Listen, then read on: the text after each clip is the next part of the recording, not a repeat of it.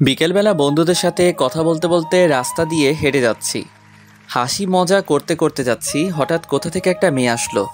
মেয়েটা পিচ্চি, হয়তো ক্লাস 5 বা 6 পড়ে।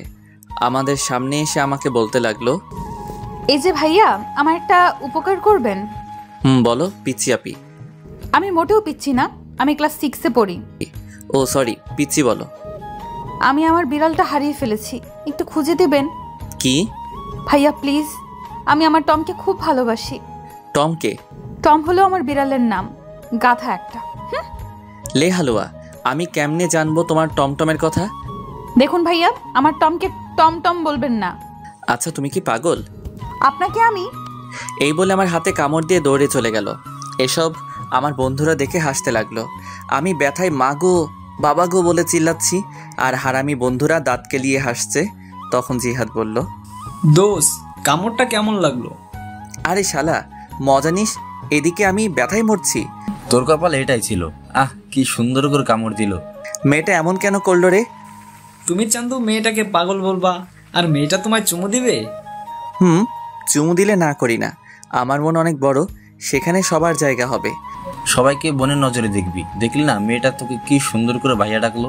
ভাইয়া থেকে জামাই হব, তোদের কথা দিলাম। তার মানে আমাদের লেখক প্রেমে পড়েছে, এটাও সম্ভব?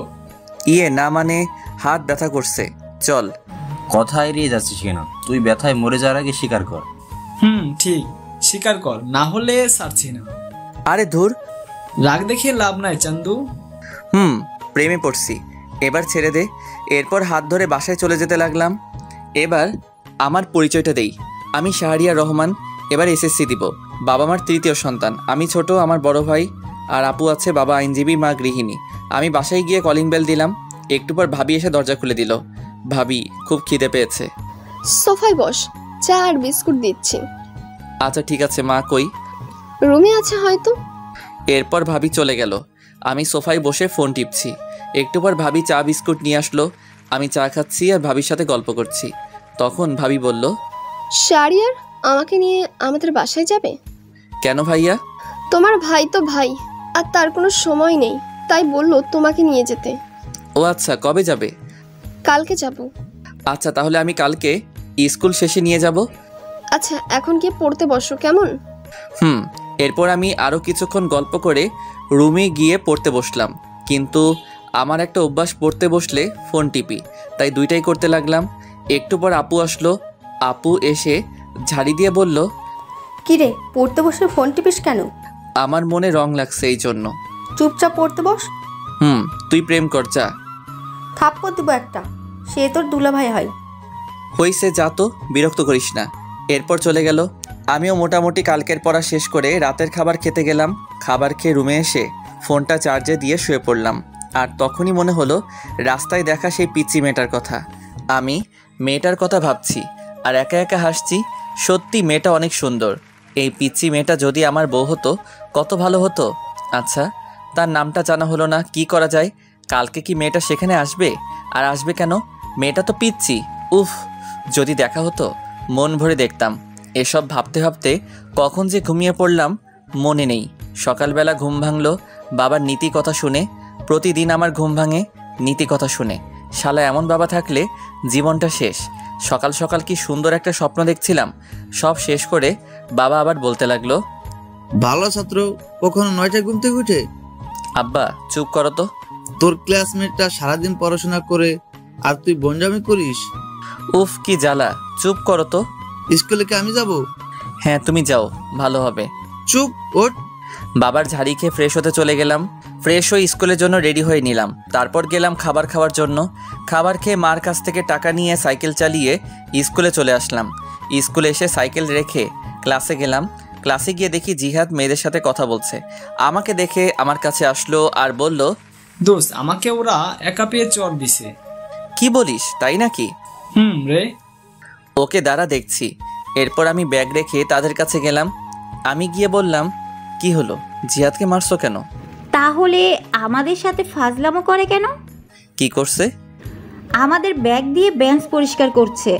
তাই নাকি? এটা তো একটা ভালো কাজ। এই বলে আমিও তাদের ব্যাগ নিয়ে আমার জায়গা মুছে ব্যাগটা আবার তাদের কাছে ফিরিয়ে দিলাম।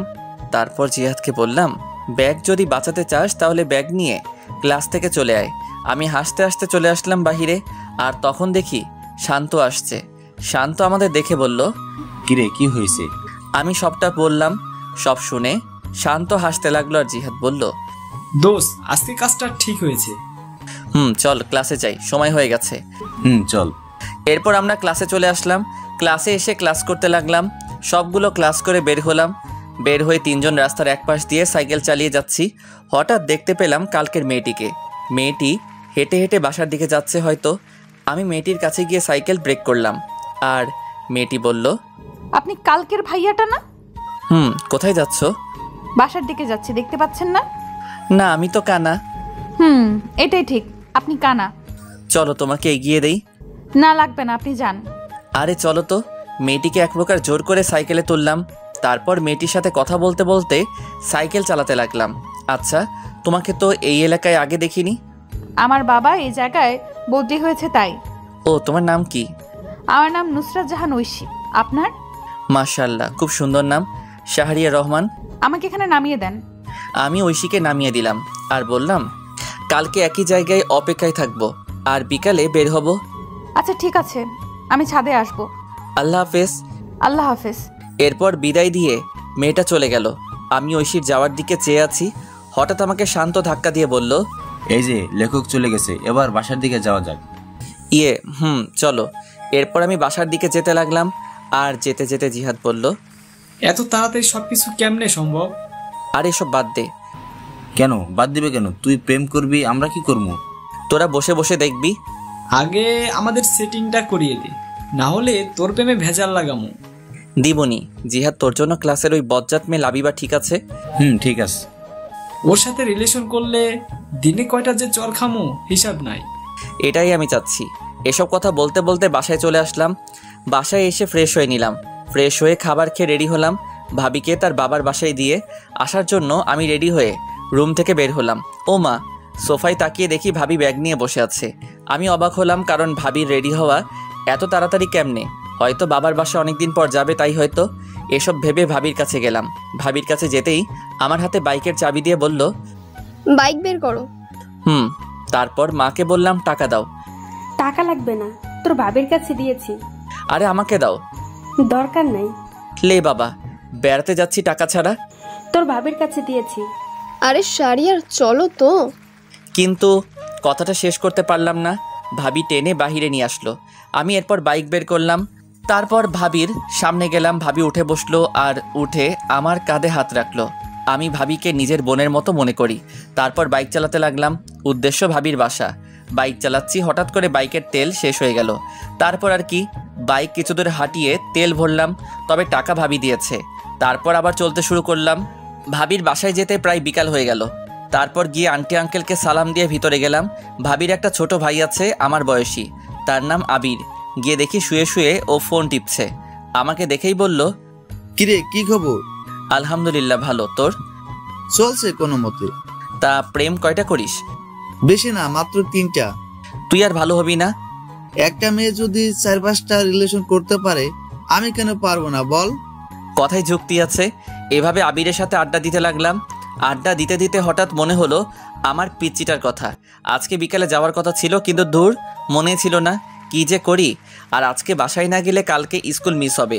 স্কুল মিস হলে তো পিচ্চিটাকে দেখতে পারবো না। তাই আমি ভাবির কাছে চলে আসলাম, আর এসে ভাবিকে বললাম, ভাবি আমি চলে যাচ্ছি। আজকে যেতে হবে না, আজকে থাকবে, প্রায় সন্ধ্যা হয়ে এলো। আরে কালকে স্কুল আছে, আর না গেলে স্যার বকা দিবে। যেদিন স্কুল পলাশ তখন? মানে তবুও যেতে হবে।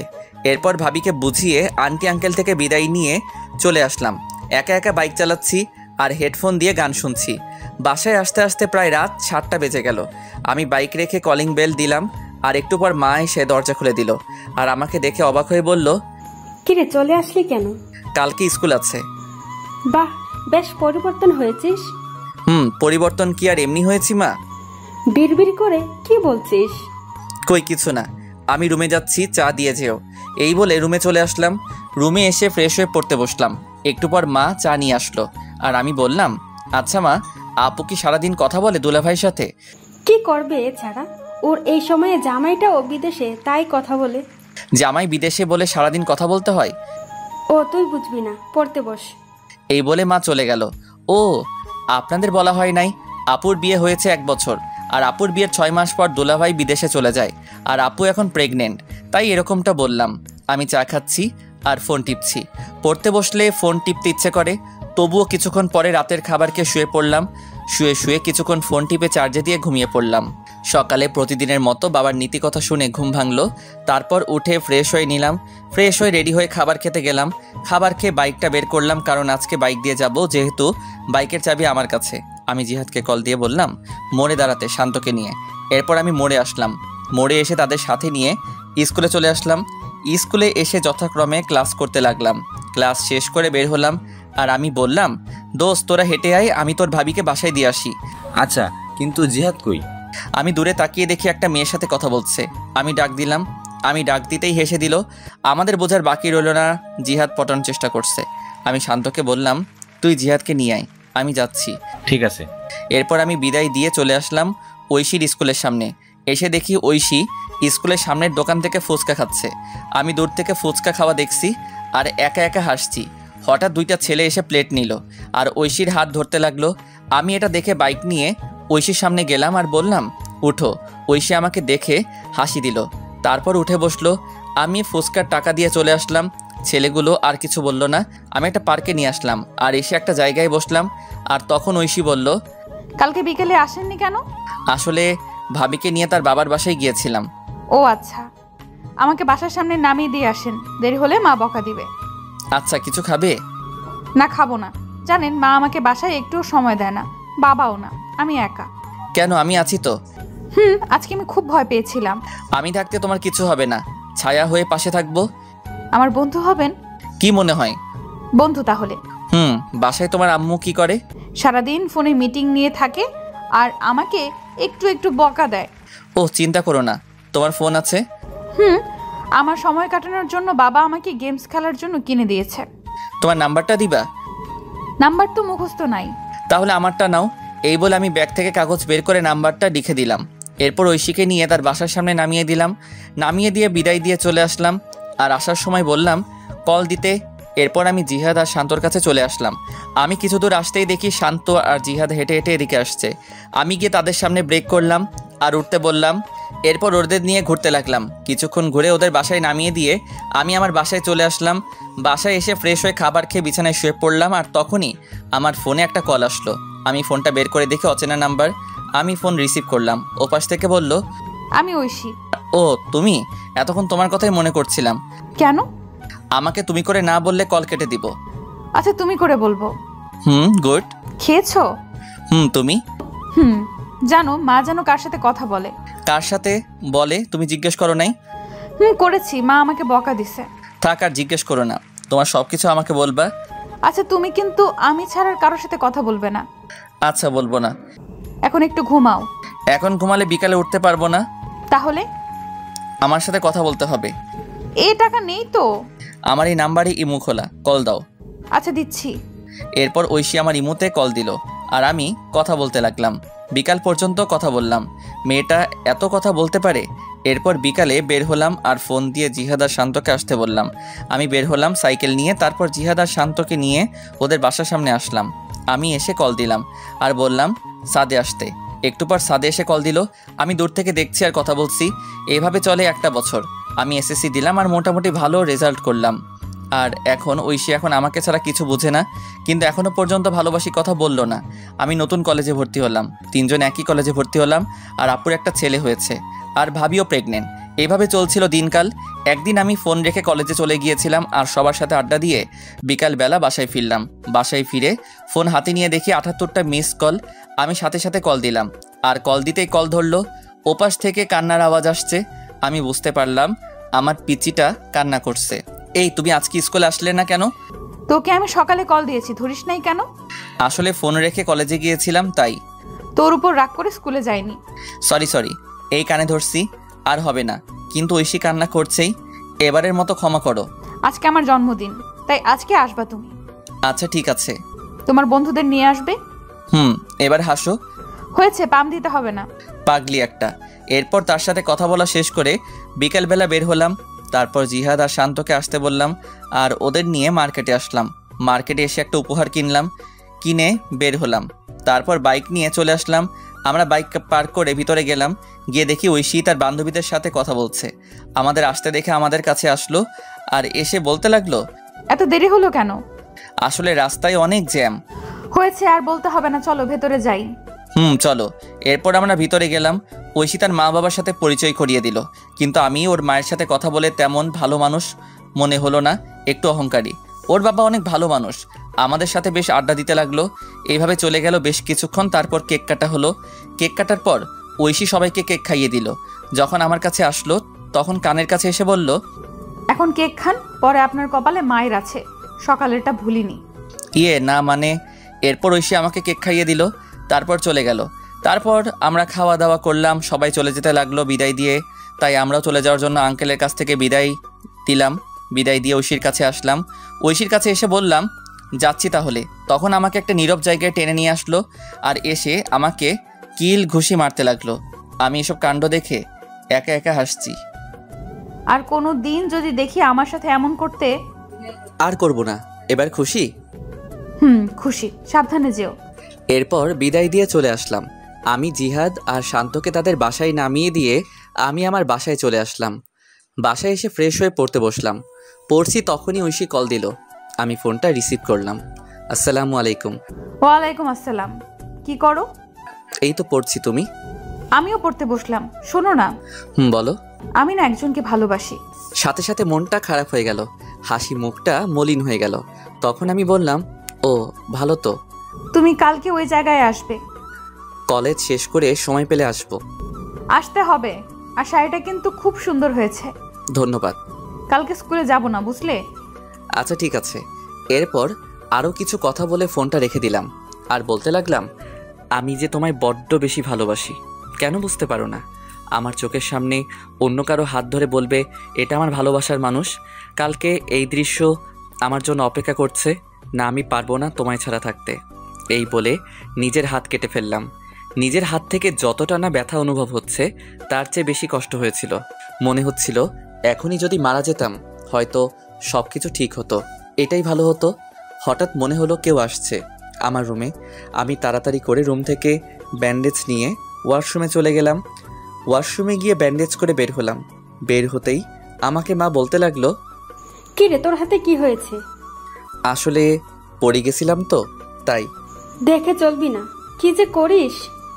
মা কিছু হবে না, তুমি যাও, আর আমি খেয়ে আসছি। খাবো না? আচ্ছা। এরপর মা চলে গেল। আমি বিছানায় শুয়ে পড়লাম। শুয়ে শুয়ে ঐশীর কথা ভাবছি। মেয়েটা কি সত্যি আমাকে ছেড়ে চলে যাবে? তাকে ছাড়া কি করে থাকবো? এসব ভাবতে ভাবতে কখন যে ঘুমিয়ে পড়লাম মনে নেই। সকালবেলা ঘুম থেকে উঠে ফ্রেশ হয়ে রেডি হয়ে নিলাম। তারপর অল্প খাবার খেয়ে কলেজে চলে আসলাম।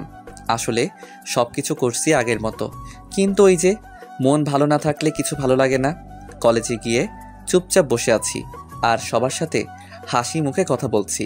এভাবে কলেজের ক্লাস শেষ করে বন্ধুদের সাথে করে নিয়ে সেই জায়গায় চলে আসলাম। আসতে অনেকটা দেরি হয়েছে। আমি এসে দেখি একটা পিচ্চি মেয়ে শাড়ি পরে বসে আছে। আমি ভালো করে দেখলাম এটা আমারই পিচ্চি। পাগলিটাকে আজ খুব সুন্দর লাগছে। কাজল কালো দুটি চোখ, পাতলা দুটি ঠোঁটে হালকা লিপস্টিক আর হাতে কাচের চুড়ি, দেখতে বউ বউ লাগছে। আমি কাছে গেলাম। আমি যেতেই আমার থেকে মুখ ঘুরিয়ে বসে পড়ল। এসব আমার বন্ধুরা দেখে হাসতে হাসতে অন্য পাশে চলে গেল। আমি ঐশীর সামনে গিয়ে বললাম, এই কলেজে ক্লাস ছিল। তোর হাতে কি হয়েছে? হাতে ব্যান্ডেজ কেন? মানে কেটে গেছে। আমার তো কাটা মনে হচ্ছে না, অন্য কিছু মনে হচ্ছে। আরে বাদ দাও, তোমার ভালোবাসার মানুষটা কই? কুত্তা, তুই বুঝতে পারিস না আমি তোকে ভালোবাসি? এই বলে আমাকে জড়িয়ে ধরলো শক্ত করে। আমিও শক্ত করে জড়িয়ে ধরলাম। আমি জানি তুমি আমার জন্য পাগলামি করছো। তুমি কি করে বুঝতে পারলে? হার্টে কানেক্টেড, বুঝলে? বুঝতে পারছি, এবার ছাড়ো। না, আর একটু। এটা পার্ক কিন্তু। তখন জিহাদ বলতে লাগলো, সবাই ফ্রিতে সিনেমা দেখছে। আমি কথাটা শুনে ছেড়ে দিলাম। আর ঐশী বলল, আমার চকলেট কই? মনে নেই। কি? যাওয়ার সময় কিনে দিব। এবার খুশি? এবার চলো একটু ঘুরবো। এরপর জিহাদ আর শান্ত চলে গেল। তাদের নাকি বাসায় কাজ আছে। আমি ঐশীকে নিয়ে বিকাল পর্যন্ত ঘুরে তাকে একটা রিকশায় তুলে দিয়ে বাসায় চলে আসলাম। বাসায় এসে আপু ঝাড়ি দিতে শুরু করলো। কলেজ কি মাত্র শেষ হলো? আড্ডা দিছি। এত আড্ডা কিসের? আমি কোনো কথা না বলে রুমে গিয়ে ফ্রেশ হয়ে নিলাম। তারপর মাকে বললাম খাবার দিতে। এরপর আমি খাবার খেয়ে ছাদে এসে ঐশীকে কল দিলাম। কল হতেই কল ধরলো। আমি ঐশীর সাথে কথা বলতে লাগলাম। এইভাবে চলছিল আমাদের দুষ্টু মিষ্টি ভালোবাসা। 2 বছর পর আমি ইন্টার পরীক্ষা দিয়ে বেকার বসে আছি, আর ওদিকে ঐশী এবার ক্লাস 9-এ উঠেছে। তাই সারাদিন ঐশীর সাথে কথা বলি। একদিন রাতে ঘুমিয়ে আছি, হঠাৎ আমার ফোনে কল আসলো। আমি ফোনটা হাতে নিয়ে দেখে ঐশী ফোন দিয়েছে। আমি ঘুম ঘুম চোখে রিসিভ করলাম। রিসিভ করতেই ওপাশ থেকে কান্নার শব্দ ভেসে আসলো। আমি কান্নার শব্দ পেয়ে বিছানা থেকে উঠে বসলাম আর বলতে লাগলাম, এই কান্না করছো কেন? আমাকে বাঁচাও, আমার মা বাবা আমাকে মেরে ফেলবে। মানে কি বলো? তুমি এখন কোথায়? আমি এখন এই জায়গায় লুকিয়ে বসে আছি, বাবা মা আমাকে খুঁজছে। আমি এখনই আসছি। এই বলে আমি ফোন কেটে দিয়ে রেডি হয়ে সাইকেল নিয়ে চলে আসলাম। এসে সেই জায়গায় আসলাম, আর আমাকে দেখে ঐশী আমার সাইকেলে উঠে বসলো আর বলতে লাগলো, তাড়াতাড়ি চলো। আমি তাড়াতাড়ি সাইকেল চালাতে লাগলাম। তখন একবার পিছনে তাকিয়ে দেখি একটা গাড়ি জোরে আমাদের দিকে আসতে লাগলো। আর তখন ঐশী বলতে লাগলো, এই তারা এসে পড়লো, তাড়াতাড়ি যাও। আমি সাইকেল জোরে চালাতে লাগলাম আর সোজা স্টেশনে আসলাম। দেখি একটা ট্রেন ছেড়ে যাচ্ছে। আমি সাইকেল থেকে নেমে ঐশীকে নিয়ে চলন্ত ট্রেনে উঠে পড়লাম। আর তাকিয়ে দেখি ঐশীর বাবা মা গাড়ি থেকে নেমে বলতে লাগলো, দেখ মেয়েটা চলে গেল, এবার সবকিছু পুলিশকে না বললেই হয়। এদিকে আমি ট্রেনে উঠে হাঁপাতে লাগলাম আর ঐশীও হাঁপাতে লাগলো। আমি ট্রেনের ভিতরে গেলাম আর একটা ফাঁকা জায়গা দেখে ঐশীকে নিয়ে বসে পড়লাম। অনেকক্ষণ চুপ থাকার পর আমি বললাম, কি হয়েছে আমাকে সব বলো। শুরু তাহলে। বাবা মা রাতের বেলায় আলোচনা করছিল। আমি তোমার সাথে কথা বলে পানি খাওয়ার জন্য টেবিলে আসলাম। তারপর পানি খেয়ে যখন বাবা মায়ের রুমের সামনে দিয়ে যাচ্ছিলাম, তখন কিছু কথা কানে আসে। কথাগুলো এমন ছিল, ওরা নাকি আমার কাকা কাকি। আমার যখন 1 বছর ছিল তখন নাকি আমার বাবা মা মারা যায় অ্যাক্সিডেন্টে। আর আমার বাবার সব সম্পত্তি আমার নামে হওয়ায় আমার কাকা কাকি আমাকে লালন পালন করছে। আর কালকে নাকি আমাকে জোর করে দলিলে সাইন করাবে, আর সাইন না করলে মেরে ফেলতে পারে। পরে আমি এসব শুনে ফোন নিয়ে আর ব্যাগ গুছিয়ে লুকিয়ে বাইরে এসে তোমাকে কল দিলাম। ও আচ্ছা, কিন্তু আমি তো কিছু নিয়ে আসি নাই, আর এখন তো তোমাকে নিয়ে চিন্তা হচ্ছে। আমার বাসা থেকে 10,000 টাকা আর কিছু আমার অলংকার নিয়ে আসছি। তার মানে আমরা পালিয়ে যাচ্ছি? যেটা মনে করো। আচ্ছা, কি আর করার। তখনই একটা লোক এসে ট্রেনের টিকিট দেখতে চাইলো, কিন্তু আমাদের কাছে তো টিকিট নেই, তাই ভাড়া দিলাম আর সাথে জরিমানাও দিলাম। এরপর লোকটা আমাদের হাতে টিকিট দিয়ে চলে গেল আর বলে গেল কেউ আসলে এটা দেখাতে। আমিও বিদায় দিলাম। আমি টিকিট দেখে দেখি এটা রাজশাহী যাওয়ার টিকিট, তার মানে আমরা রাজশাহী যাচ্ছি। তখনই ঐশী বলল, এই খুব ঘুম পাচ্ছে। ঘুমাও। ঐশী আমাকে জড়িয়ে ধরে ঘুমিয়ে পড়লো। আমিও কখন যে ঘুমিয়ে পড়লাম মনে নেই। ঘুম ভাঙলো ঐশীর ডাকে, এই আমরা চলে আসছি, ওঠো।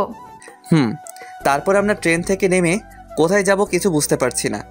আগে একটা বাসা ঠিক করা দরকার। তারপর স্টেশন থেকে বেরিয়ে এক পাশ দিয়ে হাঁটতে লাগলাম। হঠাৎ চোখ পড়লো একটা লিফলেটের উপর লেখা বাসা ভাড়া দেওয়া হবে। আমি লিফলেটের নিচে থাকা নাম্বারে কল দিলাম।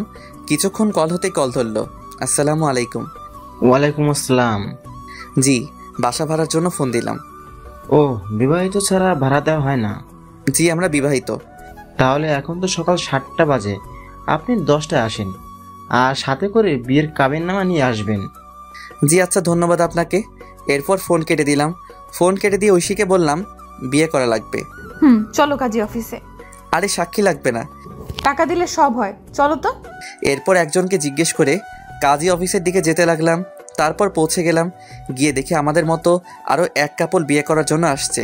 আমাদের দেখে ওখানের ছেলে বলল, ভাই কি বিয়ে করবেন? ভাই কেন? আপনি আমার বিয়ের সাক্ষী হয়ে যান আর আমি আপনারটা। আচ্ছা। কাজীকে বুঝতে দেবেন না আমাদের মধ্যে পরিচয় নেই, না হলে বেশি টাকা চাইবে। ওকে। এরপর আমরা ভিতরে গেলাম। ভিতরে গিয়ে একে একে বিয়েটা সেরে ফেললাম। বিয়ে শেষ করে প্রমাণস্বরূপ ফোনে পিক তুলে নিলাম। তারপর বিদায় দিয়ে আমরা আমাদের মতো চলে আসলাম। আর তখন ঐশী বলল, এই খুব খিদে পেয়েছে। আমারও খুব খিদে পেয়েছে, চলো। আমরা একটা রেস্টুরেন্টে আসলাম আর সকালে নাস্তা করে সেই লোকের দেওয়া ঠিকানায় চলে আসলাম। আর এসে লোকটাকে আবার কল দিলাম, আঙ্কেল আমি আপনার বাসার সামনে দাঁড়িয়ে আছি। আচ্ছা দাঁড়াও, আসছি। একটু পর একটা লোক আসলো। চলো তোমাদের রুমটা দেখাই। এরপর লোকটা আমাদের রুম দেখাতে লাগলো আর বলল, ভাড়া 3000 টাকা সব মিলিয়ে। ও আচ্ছা, তা আঙ্কেল আমরা আজকে উঠবো? আচ্ছা সমস্যা নেই। আমি আঙ্কেলকে 2000 টাকা দিয়ে দিলাম। উনি বেশ খুশি হলো। তারপর আমার হাতে চাবি দিয়ে চলে গেল। আমি আর ঐশী মিলে রুমটা পরিষ্কার করতে লাগলাম। আর ঐশী বলল, এই তুমি বাজারে যাও আর এই জিনিসগুলো নিয়ে আসো। টাকা কত আছে? আছে 5000 টাকা। এগুলোতে হবে? শোনো, বাজার করবা আর রান্না করার জন্য হাঁড়ি পাতিল আর 2টা প্লেট আর বিছানার জিনিসপত্র যা যা লাগে নিয়ে আসবে। ফ্লোরে বিছানা করবা, তাহলে চকির টাকাটা সেভ হবে। যাও তুমি। এরপর আমি একটা কাগজে লিখে চলে আসলাম বাজারে। এসে সব কিছু কিনতে লাগলাম। আর আমার জন্য কিছু মার্কেট করলাম বাসায় পরার জন্য। ঐশীর কাপড় নিয়ে আসছে, তাই তার জন্য করতে হলো না। এসব কিনে বাসায় আসতে দুপুর হয়ে গেল। দুপুরে বাসায় এসে আমি সব কিছু গোছাতে লাগলাম। আর ঐশী রান্না করতে গেল। আমি জানি ঐশী তেমন কোনো রান্না পারে না। পিচ্ছি একটা মেয়ে, মাত্র ক্লাস 9-এ উঠলো। আমি সব কিছু গুছিয়ে রান্নাঘরে গেলাম। গিয়ে দেখি পাগলিটা আমার জন্য ডিম ভাজি করছে। আমি গিয়ে পিছন থেকে জড়িয়ে ধরলাম। আর ঐশী বলল, এই যে এখন গোসল করে আসো, তারপর খাবার খাবে। কি ডিম ভাজি করেছো? আসলে আমি ডিম ভাজি ছাড়া আর কিছুই পারি না। দূর পাগলি, আমার সমস্যা হবে না। তারপর গোসল করতে গেলাম। গোসল শেষ করে বের হয়ে দেখি পাগলিটা আমার জন্য খাবার নিয়ে বসে আছে। আমিও গিয়ে বসে পড়লাম। খাইয়ে দাও। তুমি পিচ্ছি যে খাইয়ে দেব? আমি পিচ্ছি, আমাকে খাইয়ে দাও। ও তাই? এরপর আমি ঐশীকে খাইয়ে দিতে লাগলাম। ঐশীও আমাকে খাইয়ে দিতে লাগলো। খাওয়া দাওয়া শেষ করে বিছানায় শুয়ে পড়লাম।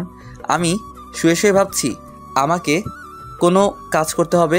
যেভাবে হোক। তখনই ঐশী আসলো। সোজা আমার বুকে এসে বলল, এই আমার না পড়াশোনা করে ডাক্তার হতে ইচ্ছে করে। ঠিক আছে, আমি তোমার স্বপ্ন পূরণ করব ইনশাল্লাহ। এবার চুপ করে ঘুমিয়ে পড়ো। মাথায় হাত বুলিয়ে দাও।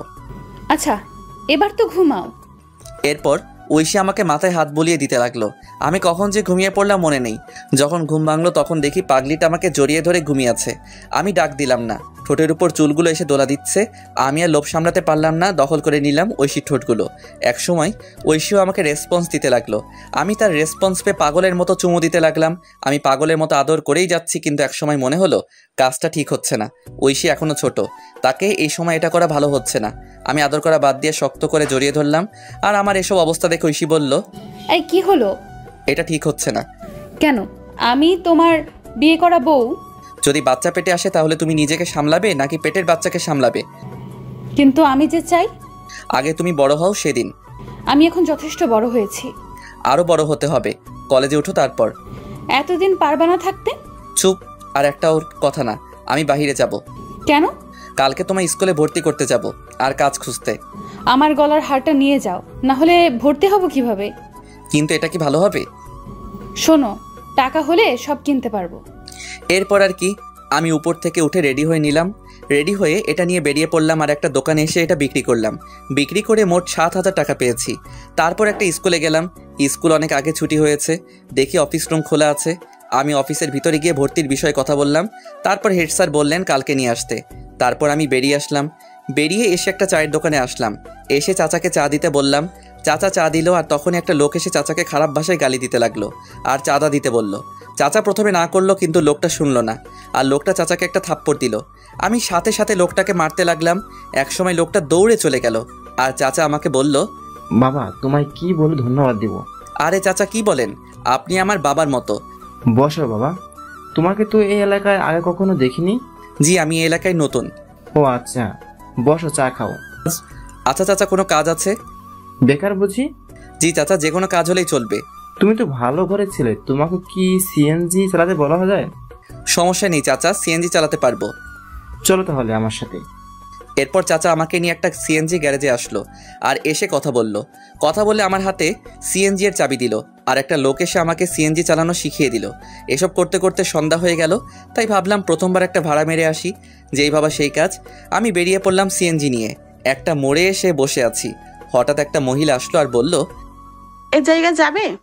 আমি বললাম, জি ওঠেন। মহিলাটি উঠলো। আমি বললাম, আমি তো তেমন চিনি না, আপনি একটু দেখিয়ে দিলে ভালো হতো। ওকে, সমস্যা নেই। এরপর মহিলাটা আমাকে রাস্তা দেখিয়ে দিল। আমি মহিলাটির জায়গায় নামিয়ে দিলাম। তারপর মহিলাটি আমাকে 100 টাকা দিল। আন্টি, আমি তো ভাড়া জানি না। আরে ভাড়া 80 টাকা, আর তুমি 100 টাকা রেখে দাও। না আন্টি, আমার কাছে 20 টাকা আছে, নিন। এই বলে আমি 20 টাকা দিয়ে চলে আসলাম। এভাবে রাত 10টা পর্যন্ত ভাড়া মারলাম। মোট 400 টাকা ভাড়া মারলাম। তারপর সিএনজি জমা দিলাম, আর 150 টাকা সিএনজির মালিককে দিয়ে আমি বাসায় চলে আসলাম। বাসায় আসার আগে কিছু চকলেট নিলাম। বাসায় এসে দেখি পাগলিটা খাবার নিয়ে বসে আছে। আমাকে দেখে বলল, এতক্ষণ কই ছিলা? কাজে। যাও ফ্রেশ হয়ে আসো। আর তোমার শরীরের এই অবস্থা কেন? আরে কিছু না। বলো বলছি। আমি সিএনজি চালাই। এই কথা শুনে ঐশী কান্না করতে লাগলো। আমি বললাম, এই পাগলি কান্না করো কেন? তুমি আমার জন্য এত কষ্ট করছো? খুব ভালোবাসি যে। আমিও খুব ভালোবাসি পাগল। আমি ফ্রেশ হয়ে আসি পাগলি, এত কান্না করে না। যাও। এরপর আমি ফ্রেশ হতে গেলাম। তারপর ফ্রেশ হয়ে এসে বসলাম খাবার খাওয়ার জন্য। বাহ, আজ দেখি ডাল রান্না করলা। ইউটিউব দেখে সব শিখবো আর রান্না করব। তাই নাকি? হা করো। এরপর ঐশী আমাকে খাইয়ে দিতে লাগলো। আমিও খাইয়ে দিলাম। তারপর খাবার খেয়ে শুয়ে শুয়ে ফোন টিপছে। আর একটু পর ঐশী আমার বুকে আসলো আর বলল, এই যে আজকে কিন্তু বাসর রাত। জি ম্যাডাম। আদর দাও। না, আগে তোমার বয়স 18 হোক। উফ, যাও, লাগবে না। এই বলে বুক থেকে নেমে ওদিকে ফিরে শুয়ে পড়লো। আমি ফোনটা রেখে পিছন থেকে জড়িয়ে ধরলাম, আর জড়িয়ে ধরতেই কেঁপে উঠলো। আমি তাকে আমার দিকে ফিরিয়ে ঠোঁটে আলতো করে চুমু দিলাম। আমার না অন্য কিছু চাই। ঘুমাও, তোমার শরীরের ক্ষতি হবে। ও মা, তাই? এই বলে আমার কপালে চুমু দিয়ে আমাকে জড়িয়ে ধরে ঘুমিয়ে পড়লো। আমিও পাগলিটাকে জড়িয়ে ধরে ঘুমিয়ে পড়লাম। সকালবেলা ঘুম ভাঙলো। পাগলিটা ডাক শুনে আমি উঠে ফ্রেশ হয়ে রেডি হয়ে নিলাম। তারপর রেডি হয়ে নিলাম, ঐশীও রেডি হয়ে নিল। তারপর দুজনে খাবার খেয়ে বের হলাম। বের হয়ে একটা রিক্সা নিয়ে স্কুলের উদ্দেশ্যে রওনা দিলাম। কিছুক্ষণ পর স্কুলে পৌঁছে গেলাম। তারপর স্কুলে ঐশীকে ভর্তি করে দিলাম। ঐশীকে স্কুলে ভর্তি করে বিদায় দিয়ে চলে আসলাম। আর আসার সময় বলে আসলাম আমি নিতে আসবো। তারপর আমি এসে সিএনজি নিয়ে বের হলাম। একটা কলেজের সামনে আসলাম। আমি সিএনজি রেখে ভিতরে গেলাম। ভিতরে গিয়ে সোজা অফিসে চলে আসলাম। এসে বললাম, স্যার আসতে পারি? আসো। আমি ভিতরে গেলাম আর বললাম, স্যার কলেজে ভর্তি হতে আসছি। কাগজপত্র নিয়ে আসতো? জি স্যার, এই নিন। স্যার কাগজপত্র দেখতে লাগলো, আর আমি আসার সময় কাগজপত্র নিয়ে আসছিলাম। তারপর সব কাজ শেষ করলাম। স্যার বললেন কাল থেকে কলেজে আসতে। আমি বাহিরে এসে কিছুক্ষণ সিএনজি চালিয়ে সিএনজিটা রেখে রিক্সা করে ঐশীকে আনতে গেলাম। ঐশীকে বাসায় রেখে আমি আবার সিএনজি চালাতে লাগলাম। সন্ধ্যা পর্যন্ত সিএনজি চালিয়ে বাসায় চলে আসলাম। বাসায় এসে ফ্রেশ হয়ে ঐশীকে বললাম কফি দিতে। আমি বিছানায় বসে পড়তে লাগলাম। ঐশী একটু পর কফি নিয়ে আসলো। আমি বললাম, নতুন স্কুল কেমন লাগলো? অনেক ভালো লাগছে, 2টা বান্ধবী পেয়েছি। ও আচ্ছা, এখন পড়তে বসো। তুমি কলেজে ভর্তি হয়েছো? কালকে থেকে কলেজে যাব। আচ্ছা। এরপর আমি পড়তে লাগলাম, আর ঐশীও পড়তে লাগলো। পড়াশোনা শেষ করে খাবার খেয়ে ঘুমিয়ে পড়লাম। সকালে উঠে আমি ঐশীকে স্কুলে দিয়ে আমি কলেজে চলে আসলাম। কলেজে এসে একজনকে জিজ্ঞেস করে ক্লাসে গেলাম। ক্লাসে পিছনের বেঞ্চে বসে আছি।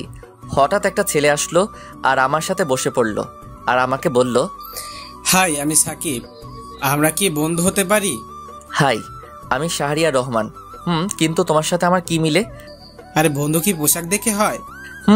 তবু আজকের যে সমাজ। আরে বাদ দাও, আজ থেকে আমরা তুমি করে বলবো। আচ্ছা। এরপর সাকিবের সাথে আড্ডা দিতে লাগলাম। একটু পর স্যার আসলেন। আমরা ক্লাস করতে লাগলাম। ক্লাস শেষ করে সাকিবকে নিয়ে বাহিরে আসলাম। আড্ডা দেই চলো। না রে, বাসায় কাজ আছে।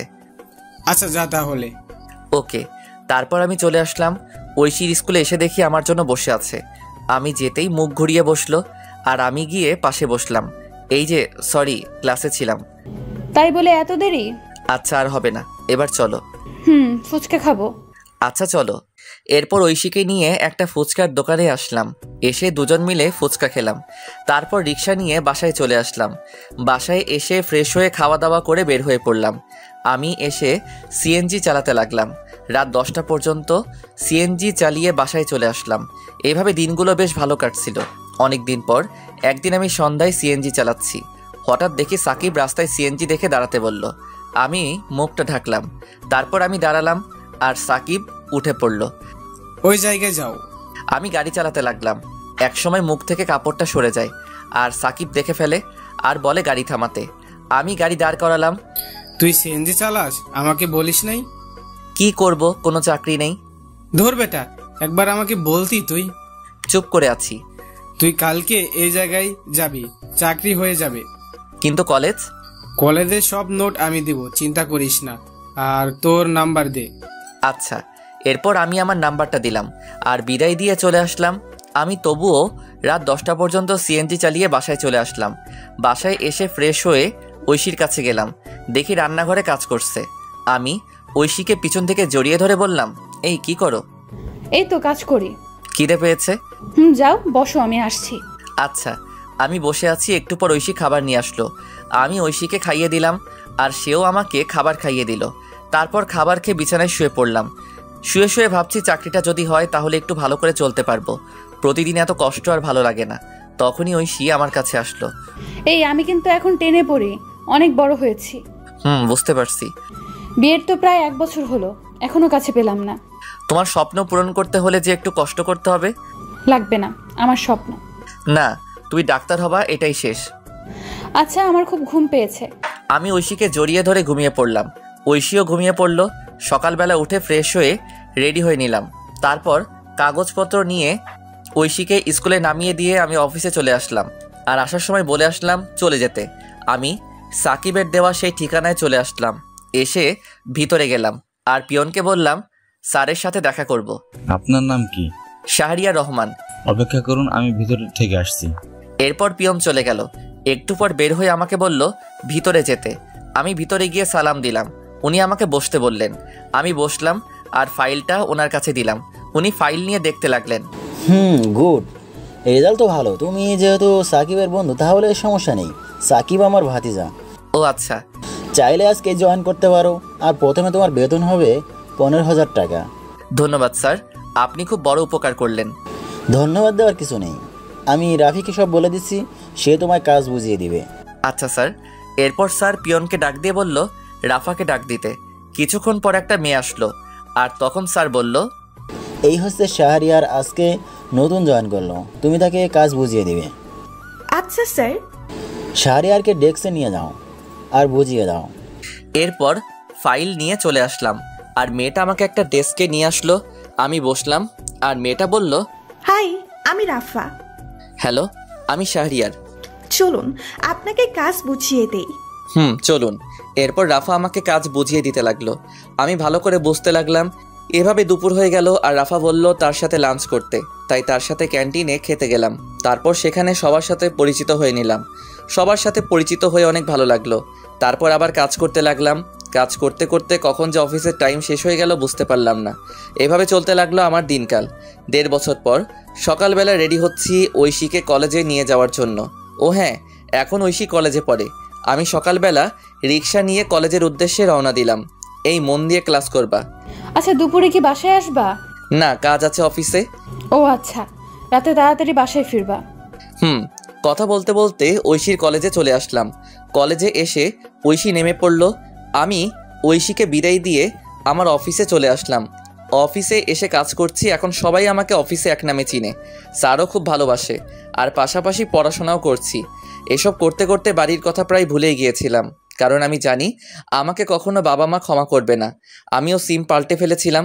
অফিসে কাজ করছি, তখন পিয়ন আসলো আর আমাকে বলল, স্যার বলেছে লাঞ্চের পর ওনার সাথে মিটিংয়ে যেতে। আচ্ছা ঠিক আছে। তারপর পিয়ন মামা চলে গেল। আবার দেখি রাফা আসলো আর এসে বলল, এই যে মিস্টার। হ্যাঁ নানু। আপনার পিচ্চি বউ কেমন আছে? ভালো আছে। এবার তোর জামাইয়ের খবর কি? ভালো। বসো, চা খাও। আজকে আমার তেমন কাজ নেই। তাই নাকি? তাহলে এগুলো করতে থাকো। হালা, আমি আসলাম ফ্রি হয়ে আড্ডা দিতে আর তুই আমার হাতে ফাইল দিচ্ছিস। আরে করো না, হাজার হোক আমি তোর 2 নাম্বার জামাই। আহারে কি শখ। গো। তোর না স্যারের সাথে মিটিং এ যাওয়ার কথা? দুপুরের পর। গুড। তারপর বল, ভাতিজি কবে দেখবো? আরে সবই তো জানিস, ও এখনো পিচ্ছি। শালা, লাগতে দিমু। কলেজে পড়ে আর এখনো পিচ্ছি, তাই না? তবু যদি ক্ষতি হয়? আজকে রাতে বাসরটা সেরে নে। আমি তো নতুন, তাই তোর বাসর ঘরের ভিডিওটা দিস, শিখতে পারবো। হালা লুচ্চা, কাজ কর। তুই আবার লজ্জা পাস? জানতাম না। ভাই মাপ চাই, কাজ কর। এরপর কাজ করতে লাগলাম, আর কাজ করতে করতে লাঞ্চের টাইম হয়ে গেল। আমি খাবার খেয়ে একটু রেস্ট নিয়ে গাড়ি বের করলাম। একটু পর স্যার আসলো, তারপর আমি যেতে লাগলাম। রাস্তাটা একটা পার্কের পাশ দিয়ে। আমি নিজের মতো করে ড্রাইভ করছি। হঠাৎ একপাশে চোখ পড়ল, দেখি ঐশী একটা ছেলের সাথে পার্কের বেঞ্চে বসে আছে। আমি এটা দেখে গাড়ি ব্রেক করলাম, আর গাড়ি ব্রেক করতেই স্যার বলে উঠল, শাহরিয়ার কোনো সমস্যা? না স্যার। যাও তাহলে, দেরি হয়ে যাচ্ছে। আমি এটা দেখে নিশ্চুপ হয়ে গেলাম। এতক্ষণ হাসি খুশি ছেলেটা এখন চুপচাপ হয়ে গেল। নিজের প্রিয় মানুষকে অন্যের পাশে দেখবো সেটা কখনোই ভাবতে পারিনি। ওইদিকে ঐশী, আচ্ছা সানি, আমরা তো বন্ধু তাই না? আর শোনো, তোমায় কিছু কথা বলবো। বলো। তোমার সাথে কি শাহরিয়ার ভাইকে মিলে তোমার চেয়ে কত বছর বড়, আর তুমি যদি ডাক্তার হও তাহলে কি তোমার সাথে যায়? কথাটা শুনে ঐশী চুপ করে রইল, আর ঐশীকে চুপ থাকতে দেখে সানি আবার বলল, আরে তুমি এত সুন্দর একটা মেয়ে, আর তোমার সাথে কি ওই কালো ছেলে মানায় না? কিন্তু সে খুব ভালো। আজকাল ভালো বলে কোনো কথা নেই, আর সমাজে চলতে গেলে আমার মতো স্টাইল ছেলে দরকার। আজকে যেতে হবে, আল্লাহ হাফেজ। আর শোনো। এদিকে আমি ঐশীকে এই অবস্থায় দেখে খুব কান্না পাচ্ছে। কিন্তু ওই যে একটা কথা, ছেলেদের কখনো কান্না করতে নেই। ছেলেদের চোখে কান্না মানায় না, কারণ তারা পুরুষ। যে ছেলেটা বাসায় কোনো কাজ করে না কিন্তু পরিস্থিতির শিকার হলে সব কিছু করতে পারে, হ্যাঁ এটাই ছেলে। একটা ছেলে কখনো তার ভালোবাসাকে পরিবারের জন্য ছেড়ে যায় না, কিন্তু একটা মেয়ে পরিবারের জন্য ঠিকই চলে যায়। হয়তো আপনারা বলতে পারেন ছেলেরা কি তার পরিবারকে ভালোবাসে না, কিন্তু দিন শেষে দেখবেন একটা ছেলে পরিবারকে যেমন ভালোবাসে ঠিক তেমনি প্রিয় মানুষটিকেও ভালোবাসে। যার জন্য নিজের পরিবার ছাড়লাম, সব কিছু ছেড়ে তাকে নিয়ে চলে আসলাম। আর সেই ঐশী একটা ছেলের সাথে পার্কে, না এটা কি করে মেনে নেওয়া যায়। আমি কোনো মতে মিটিং শেষ করে সন্ধ্যায় নদীর পাড়ে চলে আসলাম। নদীর পাড়ে এসে বসে বসে কান্না করতে লাগলাম, যার জন্য নিজের লাইফ পরিবর্তন করলাম। আর সে অন্য একটা ছেলের সাথে। আজ পর্যন্ত আমি তাকে বকা পর্যন্ত দেইনি, হ্যাঁ এখনও দিব না। তুমি যা চাও তাই হবে। আমি না হয় অজানা রাজ্যে হারিয়ে যাব। এসব ভাবতে ভাবতে কখন যে রাত 11টা হয়ে গেল বুঝতেই পারলাম না। আমি উঠে বাসার দিকে হাঁটা দিলাম। রাস্তার একপাশে দিয়ে হেঁটে যাচ্ছি আর আজকের ঘটনা মনে করছি। আমি হেঁটে বাসায় আসলাম। বাসায় এসে কলিং বেল দিলাম। একটু পর ঐশী এসে দরজা খুলে দিল আর আমাকে দেখে বলল, অফিস শেষ হয় বিকাল 5টায়, আর তুমি রাত 11টায় আসলে? আমি কোনো কথা না বলে ভিতরে চলে আসলাম। তারপর ফ্রেশ হয়ে নিলাম। ফ্রেশ হয়ে বিছানায় শুয়ে পড়লাম। আর তখন ঐশী আমার কাছে এসে বলল, আমি তোমাকে কিছু জিজ্ঞেস করছি, আর চলো খাবার খাবা। আমি বাইরে থেকে খেয়ে আসছি। কেন, তুমি জানো না আমি তোমায় ছাড়া খাই না? আমার শরীর খারাপ লাগছে, ঘুমাবো। আজকে তুমি এমন করছো কেন, কি হয়েছে? খুব ঘুম পাচ্ছে। আমি কম্বল জড়িয়ে ঘুমিয়ে পড়লাম। ঐশীও না খেয়ে শুয়ে পড়ল। সকালবেলা ঘুম ভাঙলো আজানের সময়। আমি উঠে পড়লাম, দেখি ঐশী এখনও ঘুমিয়ে আছে। আমি চুপচাপ ফ্রেশ হয়ে রেডি হয়ে বাইরে চলে আসলাম। বাহিরে এসে মসজিদে গিয়ে ফজরের নামাজ আদায় করে পার্কের রাস্তায় হাঁটতে লাগলাম। একা একা, এখন ভোর, তাই তেমন লোকজন নেই। আমি পার্কের রাস্তায় হেঁটে চলছি, ভালোই লাগছে পরিবেশটা, নিবিড় আর ঠান্ডা বাতাস বইছে। তখনই আমার ফোনে কল আসলো। আমি ফোনটা বের করে দেখি ঐশী কল দিয়েছে। আমি ফোনটা রিসিভ করলাম, আর তখনই ওপাশ থেকে বলতে লাগলো, আমাকে না বলে চলে গেলে কেন, আর খাবার খেয়ে গেলে না কেন? তুমি ঘুমিয়েছিলে তাই ডাকিনি, আর আমার অফিসে কাজ আছে। আমি কি করলাম বলবে একটু? আরে তুমি আবার কি করবা, আর খাবার খেয়ে কলেজে যাও। বাই, আমি বিজি আছি। আমি কল কেটে দিলাম। তারপর ফোনটা সাইলেন্ট করে পকেটে রাখলাম। খুব খিদে পেয়েছে তাই পার্ক থেকে একটা রেস্তোরাঁয় আসলাম। এসে সকালে নাস্তা করে অফিসে চলে আসলাম। অফিসে এসে আমি ডেস্কে বসে কাজ করছি, কিন্তু কাজে মন বসছে না। কি করব, তখনই রাফা আসলো আর বলল, এই যে স্যার, মন খারাপ কেন? আরে না, স্যার বলছে আজকে তুমি আর আমি আরেকটা প্রজেক্ট নিয়ে কাজ। ও গুড। হাতের কাজগুলো শেষ কর, দুপুরের দিকে বের হব। আচ্ছা বন্ধু, তোমার যে মন খারাপ আমি বুঝতে পারছি। এখন বল কি ব্যাপার? আসলে তারপর আমি রাফাকে সব বললাম। সব শুনে রাফা ঐশীর উপর খেপে গেল। ঐশীকে মনে হচ্ছে ইচ্ছে মতো থাপ্পড় দেই। আচ্ছা যাও, আমি হাতের কাজগুলো শেষ করি। আর আমার একটা উপকার করবা? কি বল? ঐশীর সম্পত্তি ফিরিয়ে দিতে হবে। আচ্ছা, তোর দুলাভাইকে বলবো, তুই চিন্তা করিস না। ধন্যবাদ। আর এই নে সেই বাড়ির কাগজপত্র। আমি কিছু কাগজপত্র আগে তুলে রেখেছিলাম, এবার বাকিটা তোর জামাই করবে। ঠিক আছে। আর শোন, 2 দিনের মধ্যে কাজটা করতে বলবি প্লিজ, কারণ এই তারিখ ঐশীর জন্মদিন। আমি চাই এই দিনে উপহার দিতে। আচ্ছা ঠিক আছে, এবার কাজ কর। এরপর রাফা চলে গেল। ও আপনাদের বলা হয়নি রাফার হাজবেন্ড পুলিশ, তাই কাজটা করতে বেশি সমস্যা হবে না। আমি কাজ করতে লাগলাম। কাজ করতে করতে দুপুর হয়ে গেল। তারপর ক্যান্টিন থেকে কিছু খেয়ে অফিসের গাড়ি নিয়ে বের হলাম আমি আর রাফা।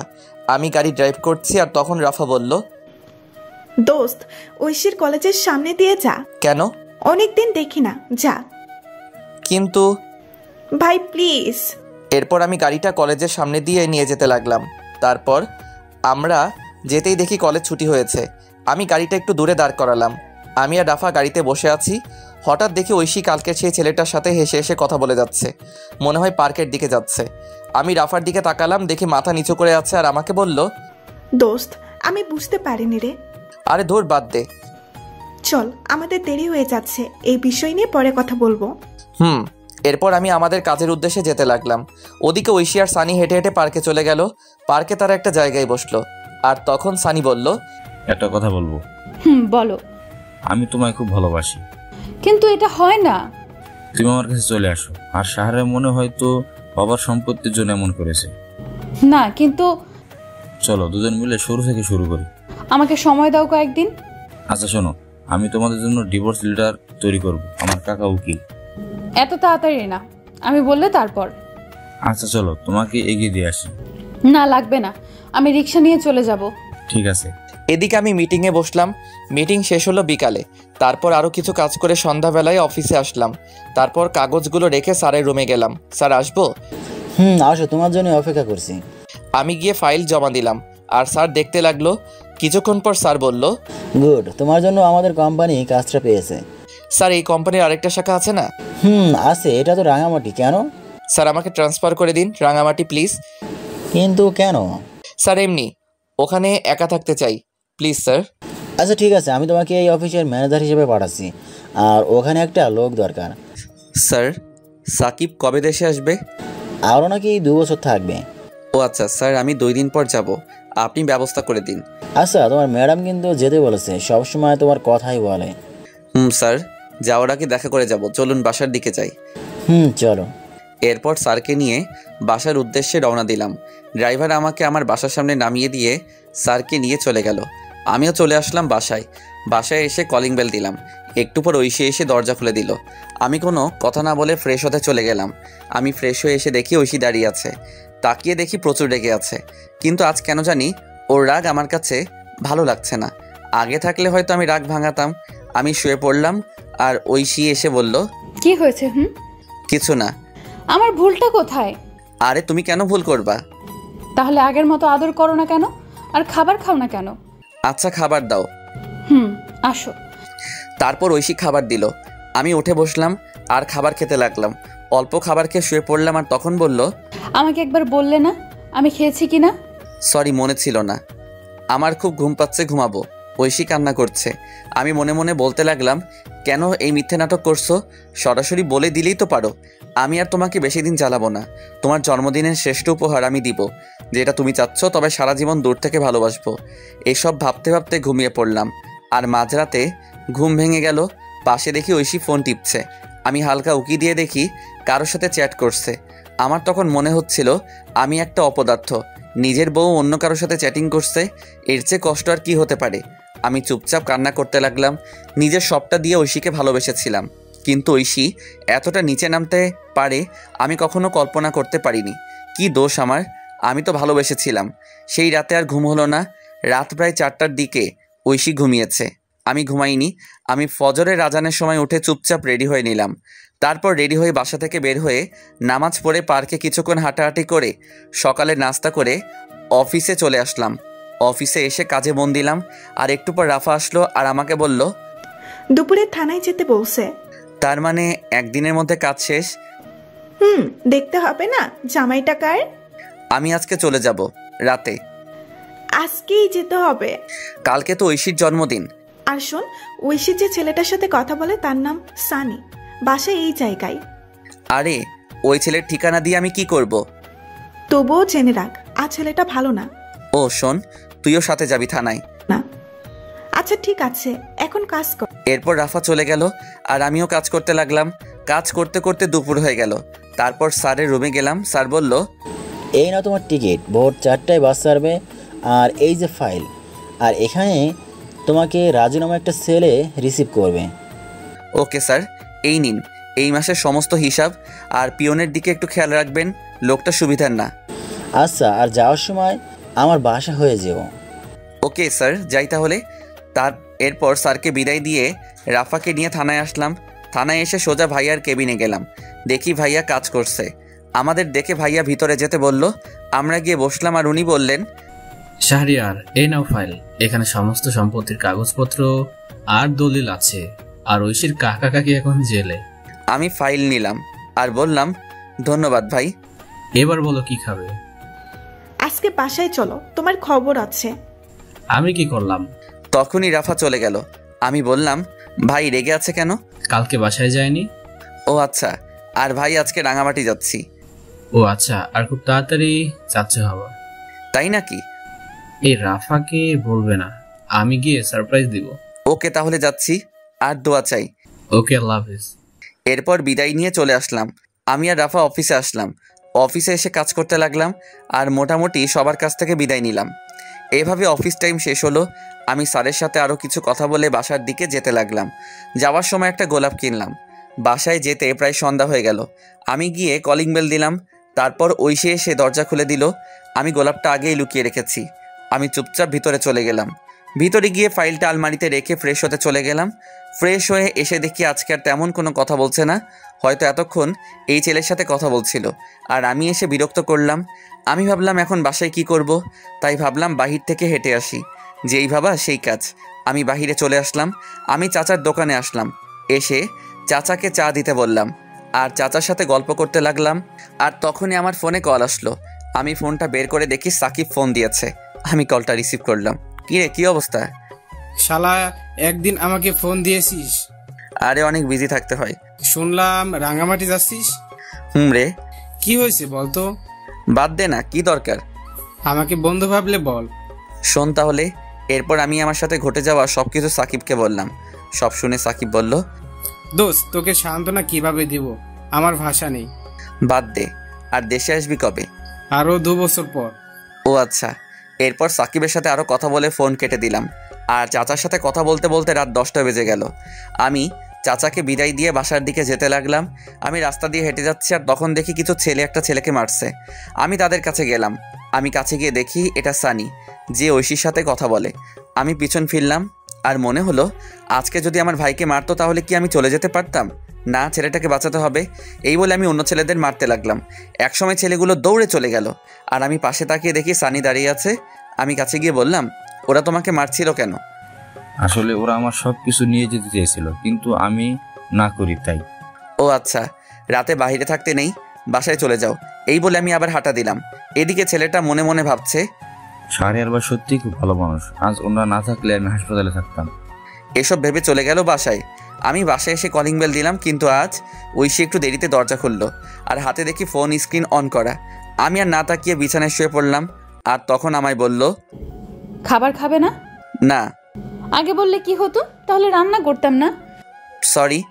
ভালো লাগে না নাটক। চুপ করে রইলাম। আমি একসময় ঘুমিয়ে পড়লাম। আর যখন ঘুম ভাঙলো তখন দেখি রাত 3টা বাজে। আমি পাশে তাকিয়ে দেখি ঐশী ঘুমিয়ে আছে। আমি ঐশীর ফোনটা হাতে নিলাম আর চেক করলাম, কিন্তু পাসওয়ার্ড দেওয়া আগে তো আমার নাম ছিল, তাই আমার নাম দিলাম, কিন্তু পাসওয়ার্ড ভুল দেখাচ্ছে। আমার আবার মনে হলো সানির নাম দেওয়ার জন্য। আমি সানির নাম দিলাম, দেখি লক খুলছে। ফোনে লক খুলতেই আমি অবাক, কারণ ওয়ালপেপারে সানির পিক।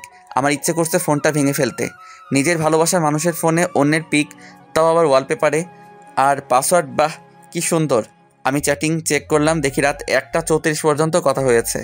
আমি ফোনটা রেখে দিলাম। তারপর টেবিলে বসলাম আর একটা কাগজ নিলাম আর লিখতে লাগলাম, পাগলি, তুই যখন এই চিরকুটটা পড়বে তখন আমি অনেক দূরে থাকবো।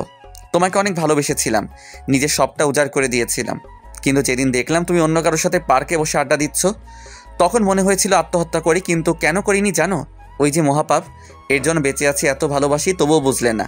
আর হ্যাঁ, আমি তো তোমার যোগ্য না, আমার চেহারা খারাপ, আর আমি তোমার থেকে অনেক বছরের বড়, তোমার সাথে আমার মিলে না। কিন্তু তুমি যদি প্রথমে না করতে তাহলে এত কষ্ট হতো না। আমি ভুলছিলাম। তোমার বাবার সম্পত্তি তোমায় ফিরিয়ে দিলাম, ফাইলে সব আছে, পারলে সেখানে চলে যেও। আর সানি ভালো ছেলে, তার সাথে নতুন জীবন শুরু করো। দোয়া করি তোমাকে ডিভোর্স দিতে পারবো না। তবে এটা ভেবো না আমি কোনোদিন স্ত্রীর অধিকার নিয়ে সামনে আসবো না। আমি তো ভুলেই গিয়েছিলাম, তুমি তো এখন আর পিচ্চি বউ নেই, তুমি এখন অনেক বড় হয়ে গেছো। ইচ্ছে করছিল শেষবার জড়িয়ে ধরতে, কিন্তু অধিকারটা আর নেই। পাগলি রে, খুব ভালোবাসতাম তোকে। নিজের খেয়াল নিও, আর সানিকে কষ্ট দিও না। ছেলেটার বয়স অল্প, হয়তো সামলাতে পারবে না। চলে গেলাম বহুদূরে, এখানে তুমি নামক কেউ থাকবে না, আর নিজের স্বপ্ন পূরণ করবা। আর লিখতে পারছি না, ভিতরটা ফেটে যাচ্ছে। তুমি আমার আদরের পিচ্চি বউ হিসেবে থাকবে। আল্লাহ হাফেজ, ইতি পাগল। আমি চিরকুট লিখে চোখ মুছে ব্যাগ গুছিয়ে নিলাম, আর আমি রেডি হয়ে আলমারি থেকে ফাইলটা বের করে চিরকুটটা পাশে রাখলাম, আর গোলাপটা চিরকুটের উপর রেখে একবার ঐশীর দিকে তাকালাম। দেখি বাচ্চাদের মতো ঘুমিয়ে আছে। দেখতে খুব সুন্দর লাগছে, মনে হচ্ছে কপালে একটা ভালোবাসার পরশ এঁকে দেই। কিন্তু না, সব ইচ্ছে কি আর পূরণ হয়? আমি বেরিয়ে আসলাম। আমি ফোন বের করে দেখি 3:45 বাজে। আমি তাড়াতাড়ি করে ব্যাগ নিয়ে হাঁটা দিলাম। তারপর বাস স্টেশনে এসে বাসে উঠলাম। তারপর ফোন থেকে সিমটা খুলে ভেঙে দিলাম। ফোনটা পকেটে রেখে বাহিরের দিকে তাকিয়ে আছি আর নিঃশব্দে কাঁদছি। বাস তার আপন গতিতে চলতে লাগলো। এভাবে কান্না করতে করতে কখন যে ঘুমিয়ে পড়লাম মনে নেই। ওদিকে ঐশী ঘুম থেকে উঠে দেখে আমি শাহরিয়ার পাশে নেই। তারপর উঠে টেবিলের কাছে গিয়ে দেখি চিরকুটের উপর গোলাপ রাখা। ঐশী কৌতূহল হলো, তাই চিরকুটটা পড়তে শুরু করলো। চিরকুটটা পড়া শেষ করে নিশ্চুপ হয়ে গেল আর কান্না করতে লাগলো। আর বলতে লাগলো, আমাকে মাফ করে দাও, আমি বুঝতে পারিনি। এই কথা বলে চিরকুট বুকে জড়িয়ে বসে কান্না করতে লাগলো। আর তখনই তার ফোনে কল আসে। দেখে সানি কল দিয়েছে। ঐশী ফোনটা অফ করে দিল আর কান্না করতে লাগলো। এইভাবে অনেকক্ষণ সময় চলে গেল। ঐশী ভাবলো শাহরিয়ারের অফিসে যাবে, সেখানে কোনো খবর থাকবে। হয়তো ঐশী তাড়াতাড়ি করে রেডি হয়ে অফিসে চলে গেল। আর যেতেই রাফার কাছে গেল, কারণ ঐশী আগে থেকে চিন্তা। গিয়ে দেখে রাফা কাজ করছে। ঐশী বলল, রাফা আসবো? আরে ঐশী, আসো বসো। ঐশীকে বসলো আর বলতে লাগলো, আপু শাহরিয়ারের কোনো খোঁজ জানেন? যেই ছেলেটা তোমার জন্য বাড়ির ছেলে তোমার হাত ধরে চলে আসছে আর সারাদিন কষ্ট করে তোমাকে সুখে রাখতে চাইছে, আর সেই তুমি এতটা নিচে নামতে পারলে? কান্না করছে। পবিত্র ভালোবাসা ছিল শাহরিয়ারের। ওর মতো স্বামী থাকতেও তোমার অন্যজনের সাথে। শাহরিয়ার তো তোমাকে মুক্ত করে দিয়ে গেছে, তুমি সানির সাথে ভালো থাকো। আপু আপনার পায়ে ধরি প্লিজ, ও কোথায়? এই বলে ঐশী রাফার পা জড়িয়ে ধরলো। এইসব করে লাভ নাই, আমি জানি না কোথায় গেছে, আমি সামান্য এই বলে ফাইল নিয়ে স্যারের রুমে চলে গেল। ঐশী উঠে বাসার দিকে যেতে লাগলো। ঐশী রিক্সা দিয়ে যাচ্ছে আর কান্না করছে। হঠাৎ রাস্তায় দেখতে পাই সানিকে। সানিও তাকে দেখে সামনে আসলো। রিক্সাওয়ালা দাঁড়ালো। সানি বলল, কি হলো, আমার সাথে কথা বলো না কেন? রিক্সা কেন আটকালেন? আগে বলো। আমার ভালো লাগে না। এতদিন আমার সাথে কথা বলে আর এখন এসব কথা? ঐশী ঠাস করে সবার সামনে জুতা খুলে সানিকে চড় দিল। আর ঐশী বাসায় গেল। আর ঐশী বাসায় গিয়ে কান্না করতে লাগলো। এদিকে আমার ঘুম ভাঙলো জোরে ঝাঁকুনির কারণে। আমি উঠে দেখি সবাই বাস থেকে নামছে। আমি পাশে সাইনবোর্ড দেখলাম, দেখে আমি চলে আসছি রাঙামাটি। আমি ব্যাগ নিয়ে বাস থেকে নামলাম। নেমে একটা ফাঁকা জায়গায় এসে স্যারের দেওয়া সেই ছেলেকে কল দিলাম। কল দিতেই সাথে সাথে কল ধরলো আর বলতে লাগলো, ভাই আপনি কোথায়? আমি তো বাসের সামনে। আমি বাসের পিছনে আছি, তুমি এদিকে আসো। তারপর একটা ছেলে আসলো আর আমাকে বলল, আপনি শাহরিয়ার রহমান? তুমি রাজু? ভাই চলেন। এরপর আমি ছেলেটার সাথে যেতে লাগলাম। একটু পর একটা গাড়িতে উঠলাম। রাজু গাড়ি চালাচ্ছে, আমি চুপচাপ বসে আছি। আমার শুধু ঐশীর কথা মনে পড়ছে। মেয়েটা এখন কি করছে কে জানে, ঠিক মতো খাওয়া দাওয়া করছে তো, এসব ভাবছি। আর তখন রাজু বলে উঠল, ভাই নামেন, চলে আসছি। ও আচ্ছা। আমি নেমে পড়লাম, দেখি একটা বাসা। তারপর রাজু আবার বলে উঠল, ভাই বাসা পছন্দ হয়েছে? আরে একা থাকবো তা আর পছন্দের কি, চলেন ভিতরে যাই। এরপর আমি রাজুর সাথে ভিতরে গেলাম। ভিতরে গিয়ে সব দেখতে লাগলাম। বাসাটা ভালো, সব কিছুই আছে। এরপর রাজু বলল, ভাই তাহলে আজকে যাচ্ছি। কিন্তু রান্না করার জন্য কে থাকবে? সরি ভাই, নিজে করতে হবে। আচ্ছা সমস্যা নেই, তাহলে যাচ্ছি। তাহলে আর এই নিন গাড়ির চাবি। আমার গাড়ি লাগবে না, অফিসের গাড়ি অফিসের থাক। তবুও ভাই আমি এই অফিসের ম্যানেজার। আমার গাড়ি চালাতে ভালো লাগে না, তাছাড়া এই ভাঙা গাড়ি তো না। ও আচ্ছা, আমি বাইক কিনবো ভাবছি। আচ্ছা যাই তাহলে। এরপর রাজু চলে গেল। আমি ব্যাগ রেখে ফ্রেশ হয়ে নিলাম। তারপর রেডি হলাম বাইরে যাওয়ার জন্য। আর সন্ধ্যা হয়ে গেছে, তাই ভাবলাম রাতের খাবার খেয়ে আসি। আমি রেডি হয়ে হাঁটতে হাঁটতে কাছাকাছি একটা বাজারে আসলাম। বাজারে এসে নতুন সিম নিলাম। তারপর একটা হোটেল থেকে 1 প্যাকেট বিরিয়ানি নিয়ে বাসার উদ্দেশ্যে রওনা দিলাম। হেঁটে হেঁটে যাচ্ছি কারণ সন্ধ্যার প্রকৃতি খুব সুন্দর, তাও আবার রাঙামাটি, চারদিকে সবুজ আর সবুজ, আর ছোট আঁকাবাঁকা রাস্তা, হেঁটে যেতে ভালোই লাগছে। আমি আসার সময় সিমটা ফোনে ভরলাম আর ফেসবুক ডিঅ্যাক্টিভেট করে দিলাম, আর গ্যালারি চেক করে দেখি ঐশীর একটা পিক রয়েছে। আমি তো সব পিক বাসে ডিলিট করছিলাম, হয়তো এটা ভুল করে রয়ে গেছে। আমি পিকটার দিকে তাকিয়ে হাঁটতে লাগলাম। পিকটা দেখে ঐশীর ওইসব ঘটনা মনে পড়ে গেল, আর পিকটা ডিলিট করে দিলাম আর বলতে লাগলাম, পাগলি রে, একদিন পাগলের মতো খুঁজবি, তখন বুঝতে পারবি কী ছিলাম তোর জীবনে। কিন্তু সেদিন আমার এই ভালোবাসাটা নাও থাকতে পারে। এইসব ভাবতে ভাবতে বাসায় চলে আসলাম। বাসায় এসে ফ্রেশ হয়ে খাবার খেয়ে নিলাম। খাবার খাওয়ার সময় ঐশীর কথা মনে হচ্ছে, কারণ ঐশী যে আমাকে খাইয়ে দিত। তবুও কষ্ট করে খেয়ে শুয়ে পড়লাম। শরীর ক্লান্ত থাকায় চোখ বন্ধ করতেই ঘুমিয়ে পড়লাম। সকালবেলা ঘুম থেকে উঠে ফ্রেশ হয়ে রেডি হয়ে নিলাম, তারপর অফিসে যেতে লাগলাম। রাস্তায় তেমন গাড়ি নেই, আমি হেঁটে হেঁটে যাচ্ছি। কিছুক্ষণ হাঁটার পর দেখি একটা অটো আসছে, আমি অটোতে উঠে পড়লাম। তারপর অফিসে চলে আসলাম।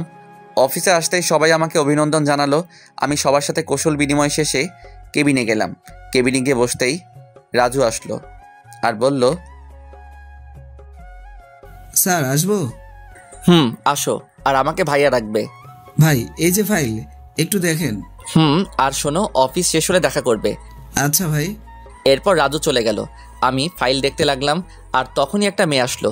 স্যার আসতে পারি? আসুন। মেয়েটি এসে আমার কাছে ফাইল দিল। আমি মেয়েটির দিকে তাকালাম, দেখলাম মেয়েটা প্রেগনেন্ট আর বয়স প্রায় আমার সমান হবে। আরে আপনি এই অবস্থায় অফিসে কেন? ছুটি নিলেও পারতেন। সমস্যা নেই স্যার। আপনার নাম কি? জি যারা। ও আচ্ছা, আপনাকে ছুটি দিয়ে দিলাম, আজ আপনি বাসায় চলে যান। ধন্যবাদ স্যার। স্যার বলে ডাকবেন না, ভাই বললে খুশি হব। আচ্ছা ভাইয়া। আমি রাজুকে বলে দিচ্ছি, ও আপনাকে নামিয়ে দিয়ে আসবে। তার দরকার নেই। আরে কি বলেন, যেটা বলছি এটাই শেষ কথা। এরপর আমি ফোন দিয়ে রাজুকে বলে দিলাম।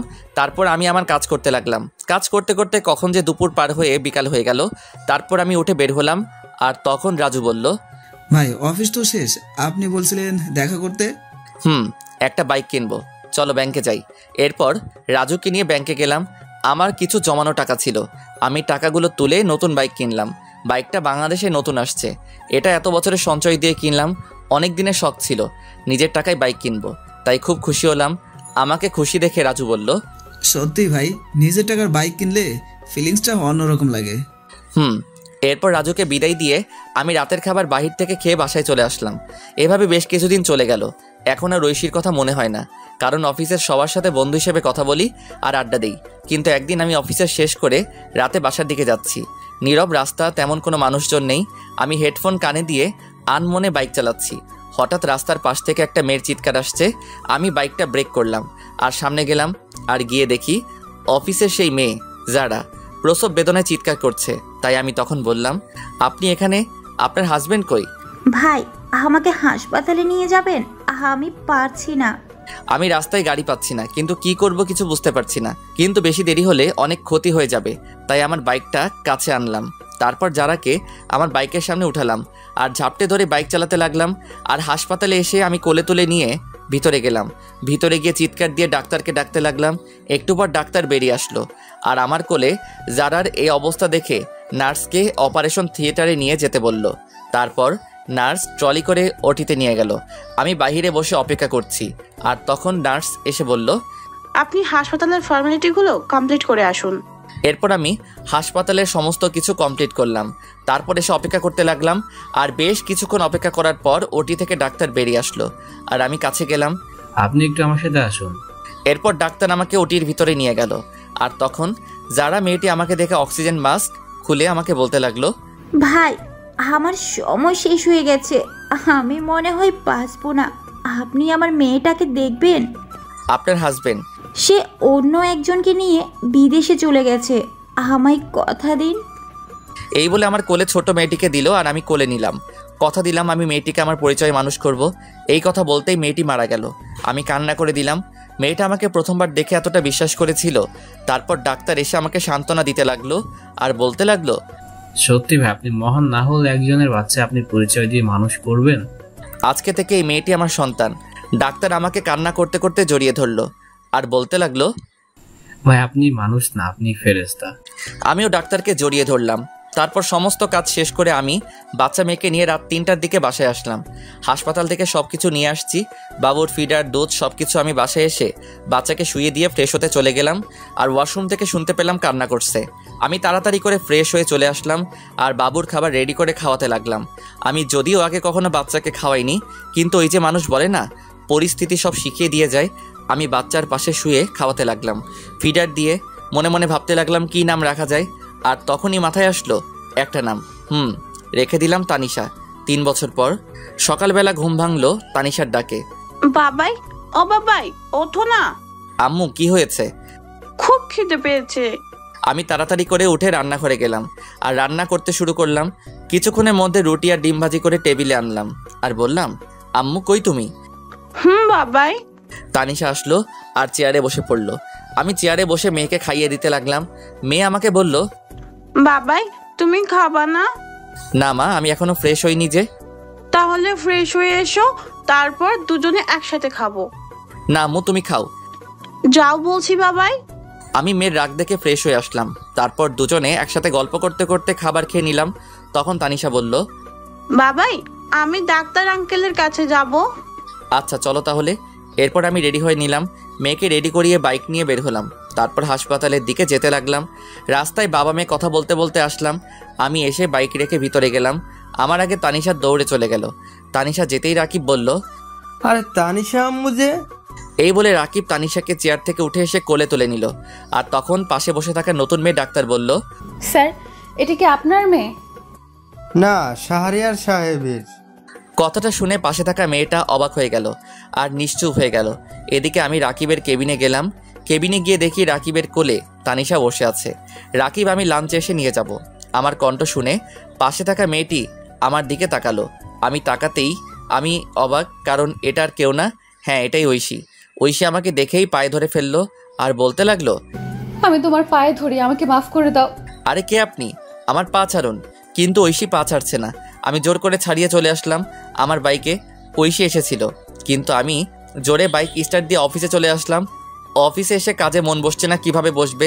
পুরনো ভালোবাসার মানুষকে দেখে ওদিকে ঐশী রাকিবের কাছে গেল আর বলতে লাগলো, ভাইয়া প্লিজ বলুন, এই হলো আমার হারিয়ে যাওয়া শাহরিয়ার। কি বলো? সে আমাকে রেখে বিয়ে করেছে, তবু আমাকে ক্ষমা করলো না। শাহরিয়ার বিয়ে করেননি? তাহলে মেয়ে? দাঁড়াও বলছি, আগে তানিশাকে ওদিকে পাঠাও। এরপর রাকিব তানিশাকে অন্য একটা নার্সের সাথে খেলতে পাঠালো। হাসপাতালের সবাই তানিশাকে চিনে আদর করে। বাসার পাশে হাসপাতাল হওয়ার কারণে কোনো সমস্যা হয় না। এরপর রাকিব ঐশীকে সব কিছু বলতে লাগলো। সব শুনে ঐশী চুপ করে রইল। ঐশী কোনো কথা বলছে না। তখন আবার রাকিব বলল, ওনার মতো লোক বন্ধু হিসাবে পেয়েছি, এটাই অনেক। ওর বাসার ঠিকানা দেন। এরপর রাকিব আমার বাসার ঠিকানা দিয়ে দিল। এদিকে আমি চেয়ারে হেলান দিয়ে ঐশীর কথা ভাবছি। আমি কি আজও ঐশীকে খুব ভালোবাসি? নিজেকে নিজে প্রশ্ন করলাম। তখনই দরজার কাছ থেকে কেউ বলে উঠল, আসতে পারি স্যার? আমি না দেখে বললাম, আসুন।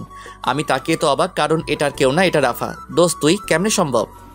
তোর জন্য আমাকে রাঙামাটি আসতে হলো। তারপর বল, কেমন আছিস? ভালো, তুই?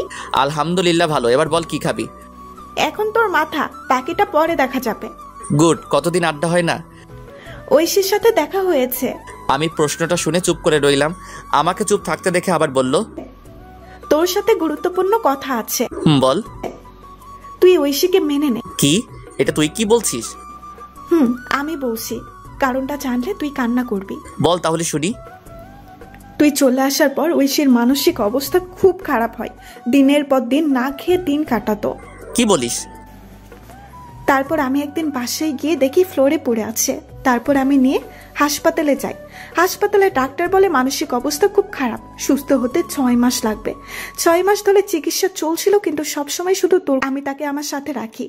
আমি তো একটা মেয়ে, আমি বুঝতে পারি সত্যি এখনো মেয়েটা তোকে অনেক ভালোবাসে। আমি নিজে চোখে দেখছি তোর জন্য প্রতিটা রাত কান্না করতো। প্লিজ মেয়েটাকে আর কষ্ট দিস না। এখন আমার খুব খিদে পেয়েছে, খাবো। ওয়েট, আমি রাজুকে ফোন করে বলে দিলাম খাবার আনার জন্য। একটু পর রাজু খাবার নিয়ে আসলো আর খাবার দিয়ে চলে গেল। আমি আর রাফা মিলে খাবার খেয়ে নিলাম। তারপর বললাম, চল বাসায় যাই। পাগল নাকি? একটু পর আমার ফ্লাইট। মানে কি বলিস? তোর ভাতিজা হয়েছে, তাই তার জন্য যেতে হবে আজকেই। তাই নাকি? দোস্ত আমি যাই রে, আর ভাবিকে নিয়ে আসিস। তোর মেয়েকে দেখতে পারলাম না। তুই সব জানিস? তোর মতো বন্ধু সবার কপালে থাকে না। তুই সত্যিই ভালো মানুষ। দোস্ত, আমি চাচ্ছি আমার শহরে যাব। মা বাবা কেমন আছে? গুড। এরপর রাফার সাথে আরও অনেক বিষয় নিয়ে কথা বললাম। তারপর রাফাকে এগিয়ে দিয়ে আসলাম। এভাবে দুপুর হয়ে গেল। আমি দুপুরে বের হলাম আর সোজা চলে আসলাম হাসপাতালে, কারণ মেয়েকে নিয়ে যেতে হবে। তাই আমি এসে রাকিবের কেবিনে গেলাম। কেবিনে গিয়ে দেখি ফোনে কথা বলছে। আমাকে দেখে ফোনটা রেখে দিয়েছে। আমি বললাম, তানিশাকে ডাক দে, বাসায় যাব। বাসায় চলে গেছে। কি বলিস? কার সাথে? বাসায় গিয়ে দেখতে পারবে। আচ্ছা, যাচ্ছি তাহলে। এই বলে যেতে লাগলাম। দরজার কাছে আসতেই রাকিব পিছন থেকে বলে উঠল, এবার আরেকটা তানিশা চাই। এই বলে হেসে দিল। আমি বুঝতে পারছি রাকিব কি বলছে। আমি বাইক নিয়ে বাজারে আসলাম। বাজারে এসে তানিশার জন্য কিছু কিনে বাসায় চলে আসলাম। বাসায় এসে কলিং বেল দিলাম, আর একটু পর কেউ দরজা খুলে দিল। আমি দেখি ঐশী আমাকে দরজা খুলে দিয়ে মাথা নিচু করে দাঁড়িয়ে আছে। আমি চুপ করে ফ্রেশ হতে চলে গেলাম। ফ্রেশ হয়ে এসে দেখি তানিশা ঘুমাচ্ছে। আমি খাবার খাওয়ার জন্য টেবিলে গেলাম। টেবিলে গিয়ে দেখি ঐশী খাবার নিয়ে বসে আছে। আমি টেবিলে বসলাম আর সাথে সাথে ঐশী আমাকে খাবার দিল। আমি খাবার খেতে লাগলাম। ঐশীর দিকে না তাকিয়ে আমি খাবার খেয়ে চলে আসতে লাগলাম আর পিছনে ফিরে বললাম, খাবার খেয়ে নেবেন। কথাটা শুনে ঐশী খুব খুশি হলো আর খেয়ে নিল। আমি এসে ফোন টিপছি। আমি আমার পুরনো আইডি লগইন দিলাম আর লগইন করতে দেখি অনেক মেসেজ। আমি জিহাদের আইডিতে মেসেজ দিলাম আর লিখলাম, দোস্ত, এটা আমার নাম্বার আর 2 দিন পর আমি ফিরছি। এটা বলে আরও কিছুক্ষণ ফেসবুক চালিয়ে ঘুমিয়ে পড়লাম। যখন ঘুম ভাঙলো তখন দেখি তানিশা আর ঐশী বসে বসে হাসাহাসি করছে। আমাকে উঠতে দেখে তানিশা বলল, বাবা জানো, মা আমাকে অনেক আদর করে। তাই? আমি বুঝি আদর করি না? করে। আমি মাকে কোথাও যেতে দিব না। আচ্ছা, খাবার খেয়েছো? মা খাইয়ে দিয়েছে। আমি মার সাথে খেলা করেছি। গুড। আমি তাকিয়ে দেখি সন্ধ্যা হয়ে গেছে। তাই ভাবলাম বাহির থেকে হেঁটে আসি। যেই ভাবা সেই কাজ। আর আশেপাশে কয়েকটি বন্ধু হয়েছে, তাই ভাবলাম আড্ডা দিয়ে আসি। আমি রেডি হয়ে নিলাম। তারপর বের হলাম। বাইক নিলাম না, হেঁটে হেঁটে আড্ডা দিতে গেলাম। আড্ডা দিয়ে রাত 11টায় বাসায় ফিরলাম। বাসায় ফিরে দেখি ঐশী খাবার টেবিলে বসে আছে। আমি যেতেই বলল, এতক্ষণ কই ছিলা? রাত কয়টা বাজে? বাহিরে আড্ডা দিলাম। আমি কখন থেকে বসে আছি। সরি। ঐশী এরপর খাবার খাইয়ে দিতে লাগলো। আমি না করলাম না। খাবার খেয়ে রুমে এসে শুয়ে পড়লাম। একটু পর ঐশী আসলো আর সোজা আমার বুকে আসলো। হচ্ছে কি? কেন বুঝতে পারো না? আমি প্রস্তুত না। আমাকে ক্ষমা করা যায় না? ক্ষমা অনেক আগে করেছি। তাহলে কাছে নিতে সমস্যা কি? ভালো লাগছে না। আমি মানবো না। মেয়ে আছে। আমি সানিকে শুধু বন্ধু ভাবতাম, আর আমার দেহ শুধু তোমার। আমি ঠাস করে চট দিলাম আর সরিয়ে দিলাম। ঐশী নিচে পড়ে গেল। আর তখনই পাশে একটা ফল কাটার ছুরি ছিল, ওটা দিয়ে হাত কেটে ফেললো। আমি সাথে সাথে উঠে পড়লাম আর গালে থাপ্পড় মারলাম। কিসের এত পাগলামি তোমার? তোমার পিচ্ছি বউয়ের অধিকার দাও। আমি তাড়াতাড়ি করে হাত ব্যান্ডেজ করে দিলাম আর বিছানায় শুয়ে দিলাম। ঐশীর উপর এত রাগ হচ্ছে, হাত কেন কাটবে? ইচ্ছে করছে আরও কয়েকটা চট দেই। দাও, তবুও তো তোমার ভালোবাসা পেলাম। উফ, কি যে করি। ঐশী তখন আমাকে ধাক্কা দিয়ে ফেলে পাগলের মতো চুমু দিতে লাগলো। আমি প্রথমে বাধা দিলাম, কিন্তু শুনলো না। একসময় আমিও নিজেকে কন্ট্রোল করতে পারলাম না। হারিয়ে গেলাম ভালোবাসার রাজ্যে। ফজরের সময় ঐশীর ডাকে ঘুম ভাঙলো। এই উঠো, গোসল করো, যাও। আরে ঘুমাতে দাও, পরে মেয়ে উঠে পড়বে। উফ, আর একটু না, এবার উঠো তো, সারা রাত অনেক হয়েছে। এই বলে ঐশী উঠে ফ্রেশ হতে চলে গেল। ঐশী ফ্রেশ হয়ে নামাজে দাঁড়ালো। আমিও গোসল করে নিলাম। তারপর নামাজ আদায় করে আবার ঘুমিয়ে পড়লাম। ঘুম ভাঙলো তানিশার ডাকে। বাবাই, ও বাবাই, ওঠো, 11টা বাজে। আমি উঠে পড়লাম। তারপর ফ্রেশ হলাম। ফ্রেশ হয়ে রান্নাঘরে গিয়ে দেখি ঐশী কাজ করছে। দেখি ঐশী অনেক খুশি। আমি কাছে গিয়ে জিজ্ঞেস করলাম, আজ এত খুশি? অধিকার পেয়ে গেছি রাতে। মুচকি হাসি দিলাম। আজকে আমার বাসায় যাব। সত্যি? রেডি হও। আমি তানিশার কাছে আসলাম। এসে বললাম, আম্মু আজকে তোমার দাদার বাসায় যাব। ও তাই? আচ্ছা, আমি রেডি হচ্ছি। তোমার আম্মুর কাছে যাও। ওকে বাবাই। এরপর তানিশা ঐশীর কাছে চলে গেল। আমিও ব্যাগ গুছিয়ে নিলাম। তারপর অনলাইনে টিকিট কাটলাম। বিকেলবেলা সবাইকে নিয়ে বের হলাম। যথাক্রমে সব কিছু শেষে চলে আসলাম নিজের শহরে, যেই শহর একদিন রাতের অন্ধকারে ঐশীর হাত ধরে ছেড়েছিলাম। তারপর গাড়ি দিয়ে আমাদের বাসার উদ্দেশ্যে রওনা দিলাম। এই কয়েক বছরে চারদিকে অনেক পরিবর্তন হয়ে গেছে। বাসায় যেতে যেতে রাত 8টা বেজে গেল। আমি গিয়ে কলিং বেল দিলাম। বেশ কিছুক্ষণ পর মা এসে দরজা খুলে দিল। তারপরে মা আমাকে দেখে জড়িয়ে ধরলো। আমিও মাকে জড়িয়ে ধরলাম। তুই আমাদের একবার বলতি, তোর জন্য আমরা কি না করতাম। মাফ করে দাও মা। পাশে কে? তোমার বৌমা আর নাতি। মা গিয়ে ঐশী আর তানিশার সাথে কথা বলতে লাগলো। আমি ভিতরে আসলাম। এসে দেখি বাবা, ভাইয়া, ভাবি আর একটা বাচ্চা ছেলে বসে আছে। আমাকে দেখে সবাই অবাক। তারপর আর কি, সবাই আমাকে ইচ্ছে মতো বকা দিতে লাগলো। অবশ্য মায়ের কথাই মেনে নিয়েছে। এখন আমরা খুব সুখী, নেই আর কোনো কষ্ট দুঃখ। তারপর আমি আমার রুমে গেলাম, রুমটা আগের মতোই আছে। আমি গিয়ে ফ্রেশ হয়ে নিলাম, তারপর শুয়ে পড়লাম। শরীর ক্লান্ত থাকে, কখন যে ঘুমিয়ে পড়লাম বুঝতে পারলাম না। ঘুম ভাঙলো ঐশী জড়িয়ে ধরাতে। আমি তাকিয়ে দেখে ঐশী আমার বুকে। ঘুম ভাঙলো তাহলে? কয়টা বাজে? রাত 2টা। কি? আমি তো খাবার খাইনি, খুব খিদে পেয়েছে। এই জন্যই তো খাবার রুমে নিয়ে আসছিলাম। তানিশা কই? তার দাদুর সাথে ঘুমিয়েছে। ও, এরপর আমি ফ্রেশ হয়ে আসলাম। তারপর ঐশী আমাকে খাইয়ে দিল, আমি ঐশীকে খাইয়ে দিলাম। খাবার শেষ করে লাইট বন্ধ করে বারান্দায় আসলাম, এসে চাঁদ দেখতে লাগলাম। ঐশীকে পিছন থেকে জড়িয়ে ধরে তখন ঐশী বলল, এই দিনটার জন্য অপেক্ষা করছিলাম। তাই? তবে বিয়ে হয়েছে অনেক আগে। এতদিনে 4-5টা পোলাপান থাকার কথা, কিন্তু এখনো কিছুই হলো না। তাহলে হবে নাকি আজকে? আজকে সম্ভব না। কেন কেন? বুঝতে পারো না কেন? আমি তো আপনার মতো ডাক্তার নই। থাক, বুঝতে হবে না। কখন থেকে? দুপুর থেকে। বলনি কেন? রাস্তায় কি করে বলি? আছে না, আনতে হবে। সকাল পর্যন্ত চলবে। আচ্ছা, সকালে এনে দিব। পেট ব্যথা করছে। চলো রুমে। আমি কোলে করে নিয়ে রুমে আসলাম, এসে শুয়ে দিলাম। তারপর পেটে হাত দিলাম। পেটে হাত দিতেই ঐশী কেঁপে উঠল। আমি বললাম, ঘুমিয়ে পড়ো। জড়িয়ে ধরো। আমি শক্ত করে জড়িয়ে ধরলাম। তারপর দুজনে ঘুমিয়ে পড়লাম। এভাবে চলতে লাগলো আমাদের মিষ্টি সংসার। হাই বন্ধুরা, গল্পটা কেমন লাগলো অবশ্যই কমেন্ট করে জানাবেন। আর যারা এখনই চ্যানেলটিকে সাবস্ক্রাইব করেনি তারা অবশ্যই প্রেমের তাজমহল চ্যানেলটি সাবস্ক্রাইব করে রাখুন।